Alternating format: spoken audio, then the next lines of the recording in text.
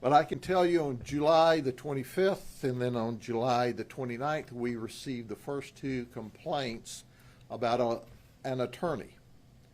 This attorney lives in Winter Haven. However, he has a law firm with 3 offices, appropriately named Family and Elder Law Firm.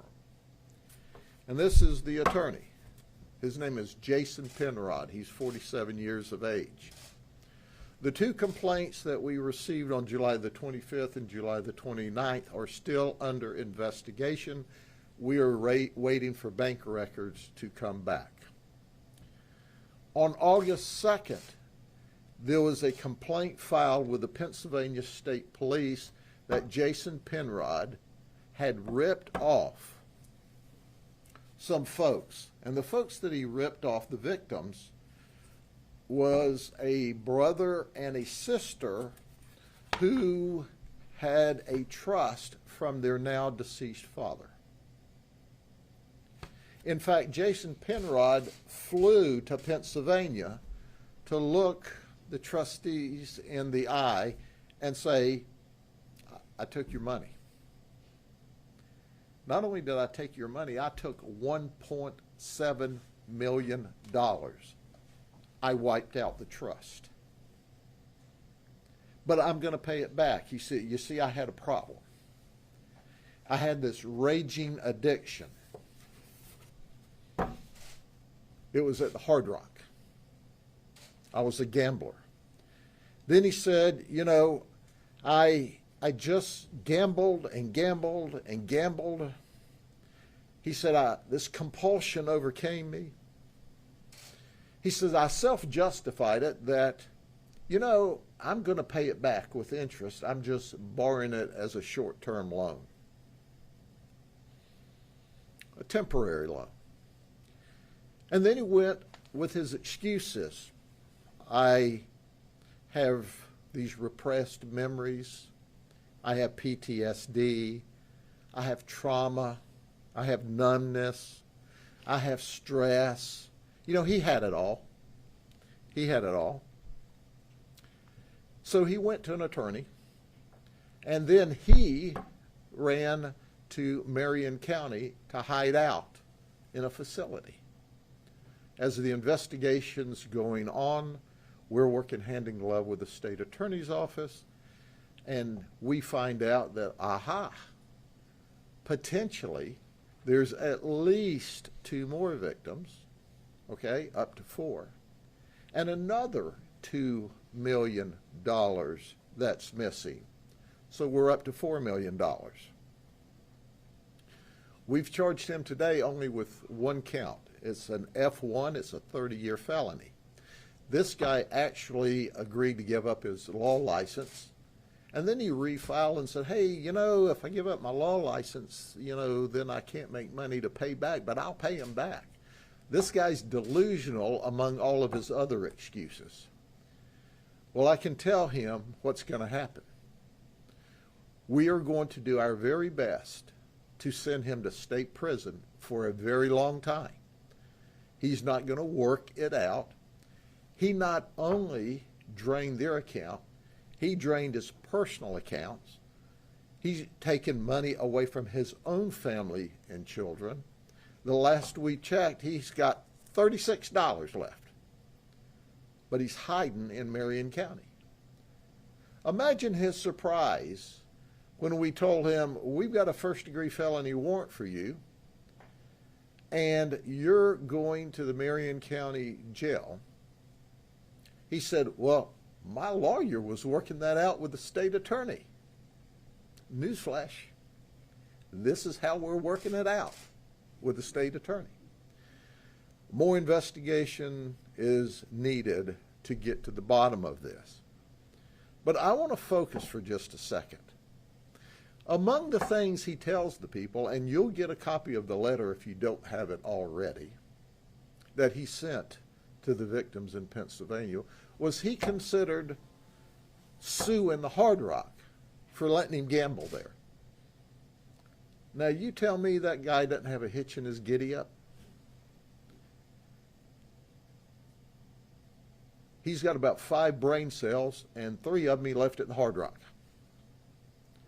And now he's locked up, and he's going to prison. That's our goal. But I want to focus on him for just a minute. I want you to look at this guy. This is the guy. One of the cases that's under investigation. The lady's 93 years of age.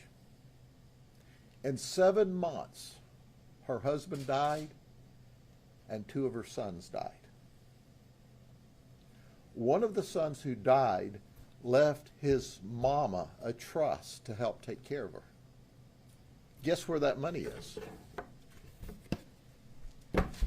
Hard Rock. Jason stole the money, and by his own confession, he was spending the money at the Hard Rock. In this case that we're talking about now, that we've charged, the victim, one of the victims who set up the trust of $1.7 million was his entire life savings that he put together so that he could leave a trust to his children so it could be part of their retirement. He worked hard for that money. Then he went to a, quote, reputable, licensed attorney in order to set up the trust and the investment for the children. And what does he do? He rips it off. He's wiped people's entire economic life off of the books. Folks, now he's trying to hide behind mental illness. He's not mentally ill, he's a thief. He's an absolute, total thief, but he's worse than that. Because we have to trust our lawyers and our CPAs and our medical doctors. We don't have the ability to deal with those issues ourselves. And he wiped that trust out. He needs to go to prison. He needs to go to prison. He has ruined people's lives.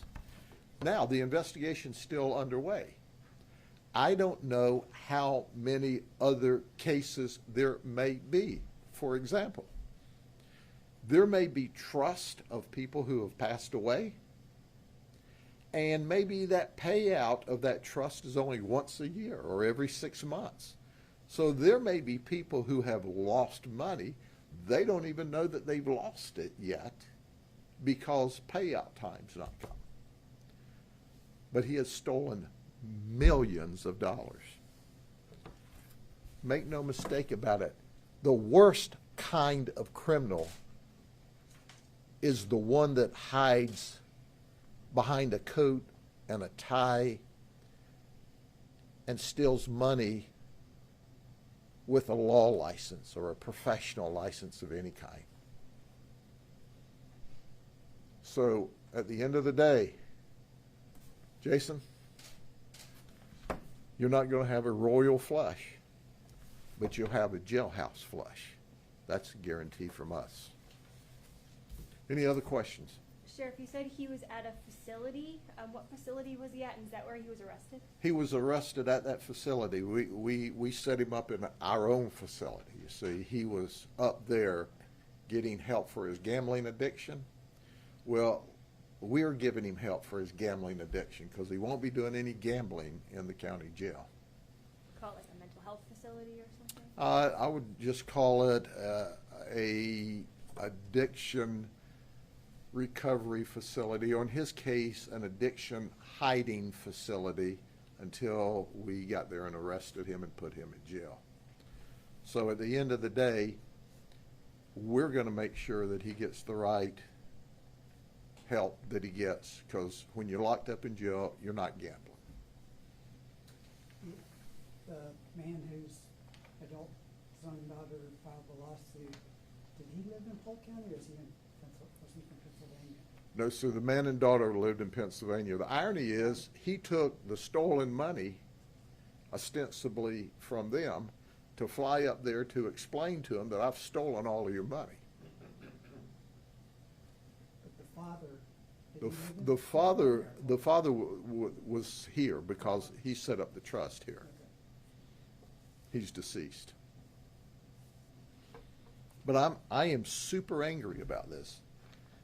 And I'll tell you about Jason like I tell you about other professions. You can't mark the entire profession by one person. Lawyers are reputable. We all use them for our personal estates to set up. You have to have lawyers you can trust to help you through life, to when you buy a house, some of the most simple things. And then you have one like this. But he just didn't steal. He wiped them out economically. He broke them. And that's what makes us so angry. Sheriff, what do you think about his plan? He had relinquished his license to the bar, saying that so he could re-up his license whenever he wanted to. I mean, what do you think about? He had a scam. He figured that, well, if I give it up, then I can come back and ask for it back later on. So this was just one more of his scams. But the reality of it is, I checked, and the Hard Rock does not handcuff you and make you go there. You go there on your own. But he spent millions. And if you believe what he said, he went through all of his money, all of his office money, and then it appears at least $4 million of his client's money. Have you had any communications with the Hard Rock to see if they had identified him as a potential problem to handle? Do you know, I have not had that contact from our office. That will be part of the normal operation, is to see if we can get receipts and, so we can follow the money. But it really is of little consequence. He's got every excuse in the world. He's, in his pea brain, he has set up the system, the process, the excuse. Oh, I just need help. I need help. What you need is a jail cell. What you need is accountability and responsibility. We live in an environment today where everybody gets some letters attached, and I'm not making light of the people that have legitimate issues, but people who get in trouble want letters attached. They want diagnosis attached. Well, let me give him a diagnosis. He's a thief. And let me give him some letters. GT, grand theft. So he's got, but for him to hide behind the fact that, oh, I've got a gambling addiction, and quite frankly, the bottom line to this is, I'm not making light, nor would I ever make light of people who have significant, real mental health issues. In fact, I want to help those people. The only help I want to give him is a ride to the jail and then a trip to the state prison. I don't buy gambling addictions. He didn't have to go over there. He didn't have to do that. Yeah, he had an addiction. Now he's got a jail addiction. Is there any chance of recovering any of this money that he spent? At this point in the investigation, we don't see any streams of money. Now, it's not over. There's still a lot of investigation. But I believe if he had money to pay this back, he certainly would have before it came to our attention. Sheriff, for clarification, there are 2 open investigations of him right now? There are at least 4 potential investigations, okay? Including this one? Including this one. Thank you very much. Have a good day. We'll see you the next time somebody does something really, really stupid. Take care.